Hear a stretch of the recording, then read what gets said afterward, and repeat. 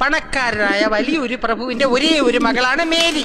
അവൾ അന്യനാട്ടിൽ നിന്നും വന്ന നിഖിൽ മഹേശ്വർ എന്ന വലിയൊരു സംഗീതജ്ഞനെ ജീവനു തുല്യം സ്നേഹിച്ചു. മേരിയുടെ ഈ തന്തയ്ക്ക് ദേഷ്യം പിടിച്ചു. തന്ത ആ ബന്ധം എതിർത്തു. മേരി ആ മഹേശ്വരനെ പിടിവാശിയോടെ കൂടുതൽ സ്നേഹിച്ചു. ഒടുക്കം തന്ത പ്രഭു ഫ്ലാറ്റ്, മകൾ മേരി പ്രഭു സക്സസ്. പ്രഭു വിവാഹത്തിന് സമ്മതിച്ചു. എന്നാൽ സംഭവിച്ചത് എന്നതാ? കല്യാണത്തിന് അച്ഛനമ്മമാരുടെ സമ്മതം വാങ്ങാൻ സ്വന്തം നാട്ടിൽ പോയ നിഖിൽ മഹേശ്വർ പാട്ടുകൂത്തുമായിട്ട് അവിടെ തന്നെ കൂടി. അങ്ങേര് തിരിച്ചു വന്നില്ല. പടിപിടിച്ച മേരി മഹേശ്വരനെ കാത്തിരുന്ന് നരച്ചു. അത് കാണാൻ നിൽക്കാതെ തന്തപ്രഭു ബാഡിയുടെ വെച്ചിട്ട് ജീവനും കൊണ്ട് സ്ഥലം വിട്ടു. അതല്ലേ അച്ഛന്റെ കഥ? അത് മാത്രമല്ല എന്റെ കഥ. അന്ന് യാത്ര പറഞ്ഞു പോയ നിഖിൽ മഹേശ്വരനെ ആ മേരി ഇന്നും കാത്തിരിക്കുകയാണ്. 1-2 വർഷമല്ല, 30 വർഷമായി കാത്തിരിക്കുന്നു.